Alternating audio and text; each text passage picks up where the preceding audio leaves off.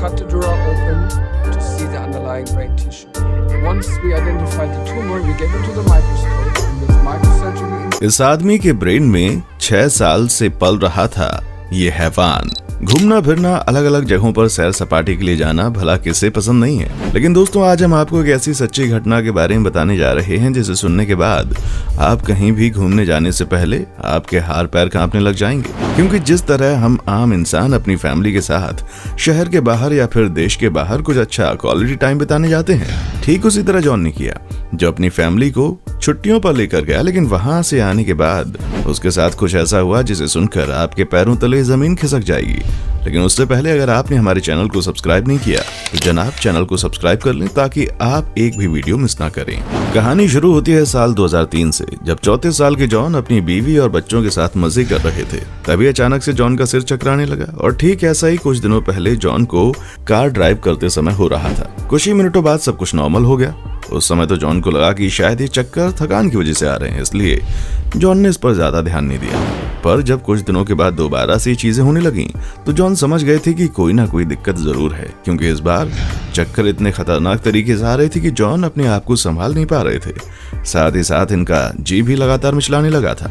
हालांकि इन सब के बावजूद जॉन उनकी बीवी लीसा को लगा कि पेट की खराबी के कारण ये सब हो रहा है, इसलिए बिना डॉक्टर को दिखाए ही जॉन ने दर्द की दवाई लेनी शुरू कर दी। लेकिन लगातार 1 हफ्ते तक दवाई लेने के बावजूद जॉन की तबीयत में कोई खास सुधार नहीं आया, बल्कि उल्टा जॉन की हालत इतनी खराब हो गई कि वह अब अपने पैरों पर भी नहीं खड़ा हो पा रहे थे, क्योंकि उनका ब्रेन उनकी बॉडी को बैलेंस नहीं कर पा रहा था। लीजा से अपने पति की हालत नहीं देखी गई और वो तुरंत जॉन को लेकर पास के अस्पताल में चली गई, जहां डॉक्टर्स ने चेकअप के बाद ये बताया कि इस तरह के सिम्टम्स इनर ईयर में हुए इन्फेक्शन की तरफ इशारा कर रहे हैं। डॉक्टर ने जॉन को इन्फेक्शन की दवाई दी और आराम करने की सलाह दी, लेकिन इन सब के बावजूद भी जॉन की हालत में कोई सुधार नहीं आया और तकलीफ बढ़ती जा रही थी।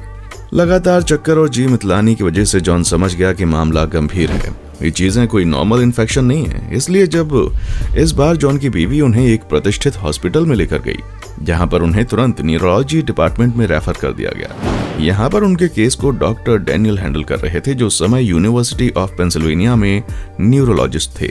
जॉन के बारे में जानने के बाद डॉक्टर ये समझ गए कि इन्हें न्यूरोलॉजिकल दिक्कत है, लेकिन फिर भी कंफर्मेशन के लिए उन्होंने जॉन से एक छोटा सा टास्क करने को कहा, जिसमें जॉन को पहले अपनी नाक को छूना था, फिर डॉक्टर के हाथ को टच करना था। टास्क दिखने में बहुत सिंपल था, लेकिन किसी भी न्यूरोलॉजिकल मरीज के लिए इसे कर पाना इतना आसान नहीं था। अब जॉन ने अपनी नाक को तो पहले टच कर दिया, लेकिन जब डॉक्टर के हाथ को छूने की बारी आई तो जॉन के हाथ कांपने लगे और वो उन्हें छू नहीं पाया, जिससे डॉक्टर समझ गए कि पक्का जॉन के सेरेबेलम में कोई प्रॉब्लम है।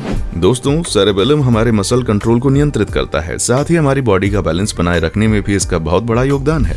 लेकिन इसमें आई परेशानी की वजह से जॉन के दिमाग का यह हिस्सा ठीक से काम नहीं कर पा रहा। पर ऐसा क्यों हो रहा था? यह अभी भी एक बहुत बड़ा सवाल था, जिसे जानने के लिए डॉक्टर डेनियल ने जॉन का सिटी स्कैन करवाया। सिटी स्कैन में देखने को यह मिलता है कि सेरेबेलम वाले हिस्से में एक बड़े अखरोट जैसा कुछ अजीब सा स्ट्रक्चर दिखाई दे रहा था। इसलिए डॉक्टर डेनियल को लगा कि शायद ये एक ब्रेन ट्यूमर हो।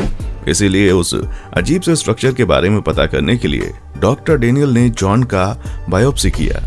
दोस्तों, ये ऐसा प्रोसेस होता है जिसमें खोपड़ी को खोलकर ट्यूमर या फिर किसी मिस्टीरियस स्ट्रक्चर का एक सैंपल लिया जाता है और फिर उस सैंपल की जांच करके पता लगाया जाता है कि आखिर वो स्ट्रक्चर क्या है, ताकि आगे का इलाज किया जा सके। जिसमें डॉक्टर डेनियल ने जॉन के दिमाग से उस अजीब से स्ट्रक्चर का सैंपल लिया और जांच के लिए पैथोलॉजी लैब में भेज दिया।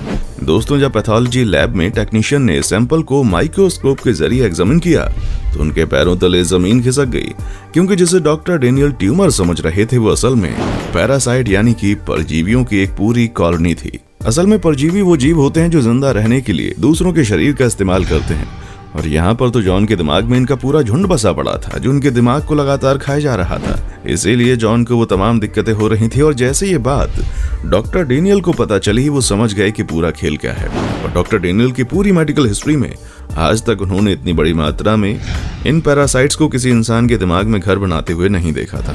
अब डॉक्टर डेनियल ये जानना चाहते थे कि आखिर ये पैरासाइट किस प्रजाति के हैं, क्योंकि उसी हिसाब से इनका ट्रीटमेंट किया जाना था। अब इन पैरासाइट्स की प्रजाति के बारे में जानने के लिए इन्हें इस बात का पता होना बहुत जरूरी था कि आखिर ये जॉन की बॉडी में पहुंचे कैसे।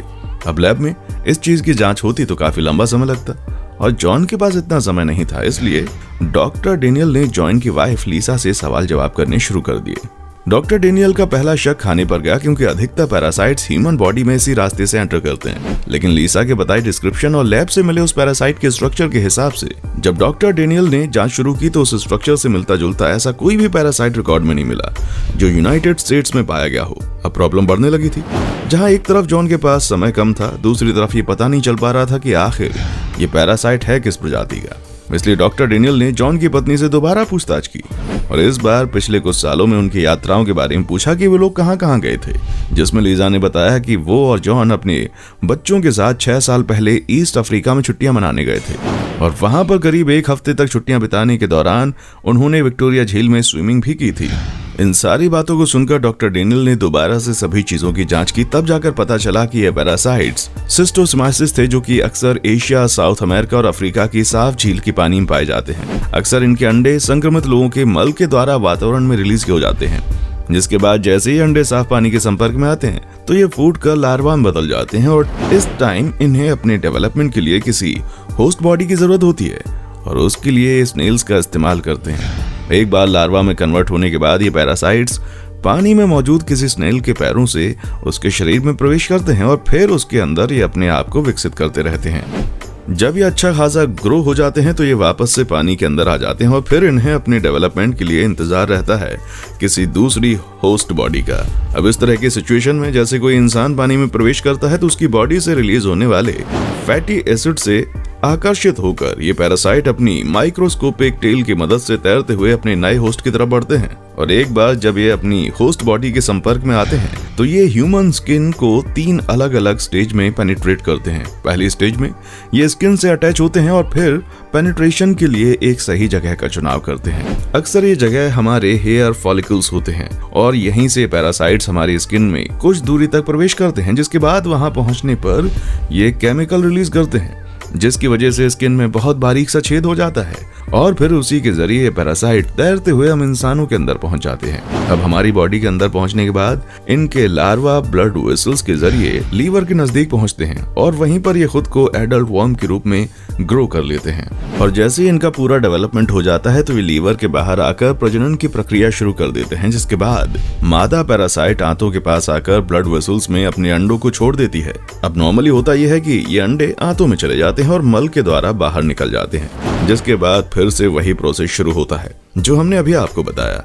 इस तरह की प्रोसेस से इंसान को ज्यादा तकलीफ नहीं होती, लेकिन जॉन के मामले में ऐसा बिल्कुल नहीं था। जब जॉन की बॉडी में 2 वर्म्स प्रजनन कर रहे थे तो गलती से वो ब्लड के फ्लो के साथ जॉन के ब्रेन में सेरेबेलम वाले हिस्से में पहुंच गए और वहीं पर अपने अंडों को छोड़ दिया, जिस वजह से इनकी संख्या लगातार बढ़ने लगी और ये धीरे धीरे जॉन के दिमाग पर हावी होने लगे। अगर सही वक्त पर उनका इलाज ना होता तो जॉन को बचा पाना नामुमकिन था।